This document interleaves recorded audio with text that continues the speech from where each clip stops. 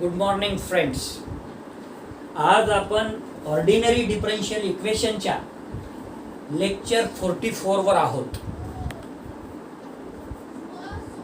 याच्या आधी आपण एक्झाम्पल 3 पर्यंत आलो होतो 43 लेक्चर मध्ये. Example 4 on page number 75.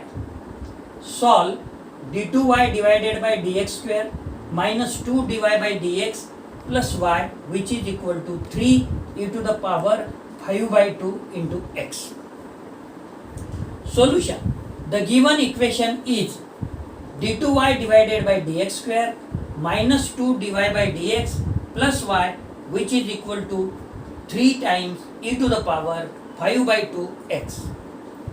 This equation written in symbolic form is d square minus 2d plus 1 in bracket outside the bracket y which is equal to 3 e to the power 5 by 2 into x, where d divided by dx which is equal to capital D. त्यामुळे d2 divided by dx square च्या बदल्यात d square minus 2 d upon dx च्या बदल्यात d आणि plus 1 because y taken out count. परंतु d square minus 2d plus 1 हे perfect square आहे d minus 1 चं. त्यामुळे हेच d minus 1 and its square into y which is equal to 3 times e to the power 5 by 2x. Here the roots of f of d is equal to 0 is repeated. म्हणजे d is equal to m1 is equal to m2 is equal to 1 आणि हेच repeated root साठी formula आपल्याला already माहित आहे. त्याचं complementary function c1 plus c2x ब्रॅकेटमध्ये into e to the power m1x. तर इथे जर आपल्याला a आणि b कॉन्स्टंट घ्यायचा असेल तर आपण हेच the complementary function is ax plus b in ब्रॅकेटच्या बाहेर e to the power m1x. m1 ची किंमत d बरोबर m1 बरोबर 1 येते. आता ax प्लस b च्या ऐवजी जर एखाद्या विद्यार्थ्यांनी a plus bx in bracket आणि outside the bracket e to the power x लिहिलं तरीही चालते. म्हणजे c1 प्लस c2x पण लिहिता येते, c1x प्लस c2 पण लिहिता येते. हे झालं तुमचं complementary function. Now the particular integral is. Particular integral सोडवत असताना कॅल्क्युलेट करत असताना 1 अपॉन एफ ऑफ डी ची किंमत d square minus 1 and it square into right hand side 3 e to the power 5 by 2x which is equal to. आता d च्या बदल्यात बरोबर a ठेवायचा आहे आणि a ची किंमत इथे 5 by 2 आहे म्हणून which is equal to 1 upon in bracket 5 by 2 minus 1 and it square into 3 e to the power 5 by 2x. काय केलं हो आपण सबस्टिट्यूट केलं. d बरोबर a बरोबर 5 by 2. आता 5 मायनस 2 म्हणजे 3 by 2 चा वर्ग येईल आपला. 3 इंटू 1 अपॉन 3 by 2 चा square into e to the power 5 by 2x. आता हे 3 by 2 चा स्क्वेअर म्हणजे 9 by 4 येईल. हा 3 या 9 सोबत जर कॅन्सल झाला तर 3 राहील आणि हा जो खाली 4 आहे डिनॉमिनेटरच्या डिनॉमिनेटरला तो वर जर गेला तर 4 by 3 e to the power 5 by 2x म्हणजे क्रॉस मल्टिप्लिकेशन मध्ये त्याला 4 by 3 आपल्याला लिहिता येईल. हे झालं तुमचं पर्टिक्युलर इंटेग्रल आणि हेच the complete solution is y बरोबर complementary function plus particular integral बरोबर y is equal to complementary function काय काढलेलं आहे आपण ax प्लस b ब्रॅकेटमध्ये ब्रॅकेटच्या बाहेर e to the power x plus particular integral काय मिळालेलं आहे आपल्याला 4 by 3 e to the power 5 by 2 in bracket into x. Next article 61. Integral corresponding to a term of form x to the power m. म्हणजे in the right hand मेंबरला जर x to the power m असेल तर त्याच्यासाठी how to solve the examples त्याच्यासाठी ही theory आहे. m काय आहे. m being a positive integer. when 1 upon f of d into x to the power m म्हणजे पर्टिक्युलर इंटेग्रल काढत असताना 1 अपॉन एफ ऑफ डी घेणार आहे आणि राईट हँड साइड म्हणजेच in the second member x to the power m असेल, मग m ची व्हॅल्यू 1 असू शकते, 2 असू शकते, 3 असू शकते, doesn't matter. Is to be evaluated raise f of d to the power -1 power. या एफ ऑफ डी ला आपल्याला न्यूमरेटरला न्यायचं आहे. एफ ऑफ डी ला जर न्यूमरेटरला नेलं तर आपला न्यूमरेटर एफ ऑफ डी जो आहे तो एफ ऑफ डी ब्रॅकेट आणि रेस टू -1 होईल. असं झाल्याच्या नंतर मग arranging the terms of the expression दज ऑप्टेन, मग त्याची जे F of D is a polynomial in D आहे त्याला एक तर असेंडिंग ऑर्डरनं किंवा डिसेंडिंग ऑर्डरनं आपण त्याला अरेंज करणार आहोत. After arranging operate on X to the power m, the result will be the particular integral corresponding to X to the power m. मग त्याला आपण एक्सपांड केल्याच्या नंतर कुठपर्यंत एक्सपांड करणार आहोत आपण, तर आपण एक्सपांड करणार आहोत एक्सला पॉवर जर समजा m ची किंमत फॉर एक्झाम्पल 2 असेल, फॉर एक्झाम्पल m ची किंमत 2 असेल तर x चा स्क्वेअर येईल. आता x चा स्क्वेअर याला वर नेल्यानंतर d स्क्वेअर जर म्हटलं तर डेरिव्हेटिव्ह किती निघेल, x स्क्वेअर ची पहिली डेरिव्हेटिव्ह निघेल 2x आणि दुसरी डेरिव्हेटिव्ह निघेल 2, पण तिसरी डेरिव्हेटिव्ह काय निघेल 0. म्हणजे आपल्याला एक्सपांड सुद्धा कुठपर्यंत करायचं आहे, आपल्याला जेवढं रिक्वायरमेंट आहे तिथपर्यंतच आपण त्याला एक्सपांड करणार आहोत. It is obvious that the terms of the expansion beyond the mth power of d need not be written. म्हणजे आपल्याला आवश्यकतेपेक्षा जास्त एक्सपांड करणार नाही, जेवढ्याची गरज आहे तितकं केलं प्लस डॉट डॉट करता येईल. Since the result of their operation on X to the power m would be 0. म्हणजे 0 जर येत असेल तर त्याच्या पुढचे एक्सपांड करायची काहीही आवश्यकता राहणार नाही. आता याच्यावरचं एक्झाम्पल बनवू, एक एक्झाम्पल घेऊ आपण, तुम्हाला ते क्लिअर लक्षात येऊन जाईल. उदाहरणार्थ example 1 on page number 76. Solve d cube plus 3d square plus 2d outside the bracket y which is equal to x square. म्हणजे m ची किंमत किती आहे इथे 2 आहे. Solution, the given equation is d cube plus 3d square plus 2d ब्रॅकेटच्या बाहेर y which is equal to x square.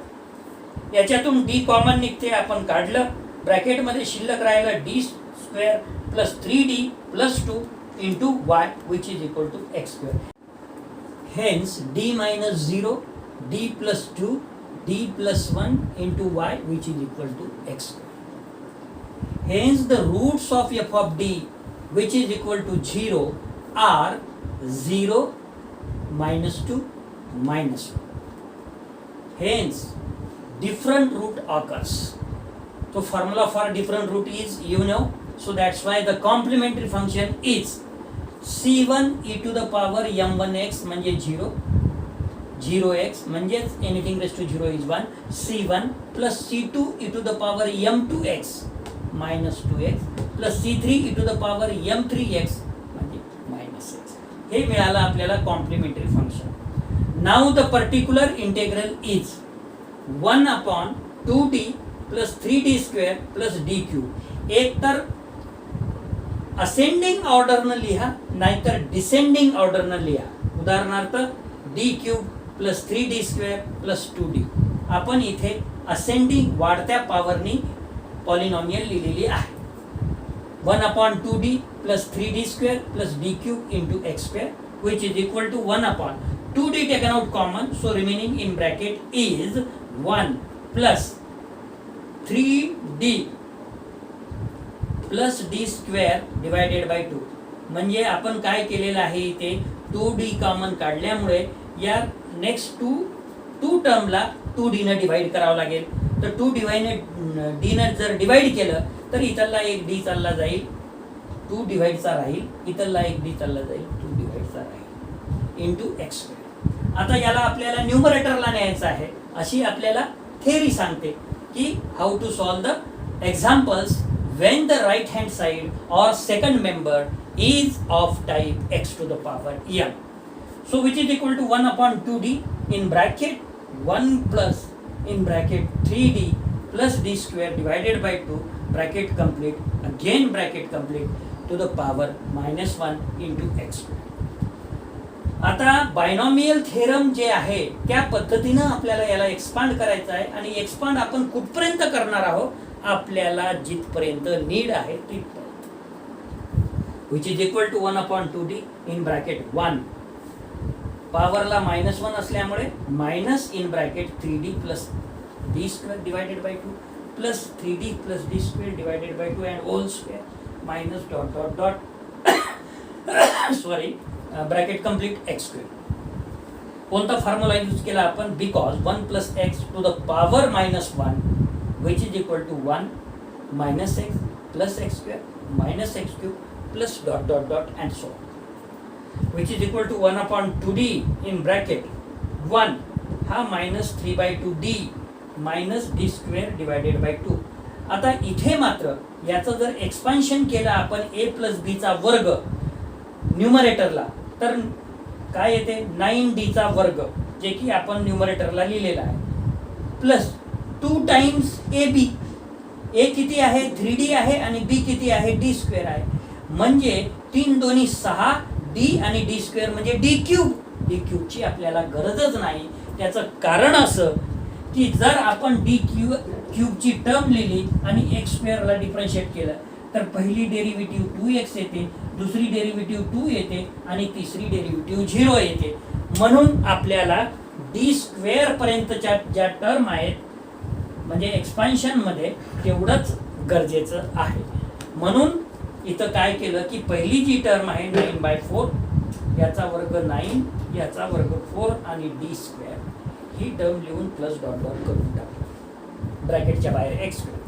आता हा जो एक्स स्क्वेअर आहे तो इच अँड एव्हरी टर्मवर ऑपरेट होईल. 1 upon 2d in bracket 1 minus 3/2d आणि ह्या ज्या दोन टर्म आहेत कोणकोणत्या, minus D square divided by 2 आणि minus 9d square divided bye 4. याला कॅल्क्युलेट करून किती आलेलं आहे 7/4d स्क्वेअर. कसं आलं ते कॅल्क्युलेट करा. Minus 4d square plus 18d square divided bye 8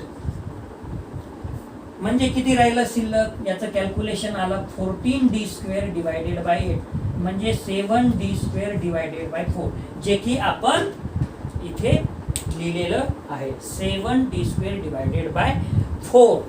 तर हे जे कॅल्क्युलेशन आहे ते आपल्याला सहज करता येते, त्यामुळे तुम्ही सुद्धा ते सहज करू शकता. आता प्रत्येक टर्मवर एक्स स्क्वेअर ऑपरेट करायचा. 1 upon 2d which is equal to 1 upon 2d in bracket हा एक्स स्क्वेअर 1 ला मल्टिप्लाय केलं एक्स स्क्वेअर मायनस 3/2 हा एक्स स्क्वेअर इथं येईल. Derivative of X square is 2x plus 7/4 derivative of X square how many times 2 times. It is not a square quantity, it is differentiation operation of differentiation 2 times. म्हणजे पहिली derivative येते 2x आणि दुसरी derivative 2 which is equal to 1 upon 2d हे x square हा 2 cancel minus 3x आणि plus हा 2 या 4 सोबत कॅन्सल झाल्यानंतर 7/2. आता 1 अपॉन d म्हणजे काय आहे हो, 1 अपॉन d म्हणजे integration with respect to x आणि 1 अपॉन dx असेल तर इंटेग्रेशन x dx. तर मग आता 1 अपॉन 2 1 अपॉन d जर प्रत्येक टर्मवर ऑपरेट झालं तर याचं इंटेग्रेशन होईल x cube divided by 3 minus हा जो 2 कटला, हा जो 2 कटला, मग आता हा मायनस 3x राहिला minus 3x square divided by 2 आणि प्लस हा 2 याच्यासोबत कटून 7/2 राहिला आणि इंटेग्रेशन dx म्हणजेच 1 अपॉन d x. आता काय केलं 6 मल्टिप्लाय केलं आणि 6 डिवाइड केलं. मल्टिप्लाय जे 6 केलेलं आहे ते तुम्हाला आता कळेलच. x कॉमन घेऊन घेतला, इथला x कॉमन घेतला, एक्स स्क्वेअर राहील, इथला एक्स कॉमन घेतला एक्स राहील, इथला एक्स कॉमन घेतला काहीच नाही राहणार. मग आता 6 मल्टिप्लाय केलं आणि 6 डिवाइड केलं. डिवाइडचा जो 6 आहे साइन दोन्ही 12 इथं दिसत आहे. आता मल्टिप्लाय जर 6 केलं तर 3 दोन्ही 6 2 इथे आले. मल्टिप्लाय जर 6 केलं तर 2 त्रिकी 6 3 त्रिकी 9 इथं आले. आणि इथं जर 6 आपण मल्टिप्लाय केलं तर 2 त्रिकी 6 3 7 21. अशा तऱ्हेनं तुम्हाला पर्टिक्युलर इंटेग्रल मिळालं. आणि hence the complete solution is complementary function plus particular integral. Hence y is equal to c1. Complementary function किती आहे? c1 plus c2 e to the power minus x plus c3 e to the power minus x आणि plus particular integral तुम्ही काढलेला आहे x/12 in bracket 2x चा वर्ग minus 9x plus 21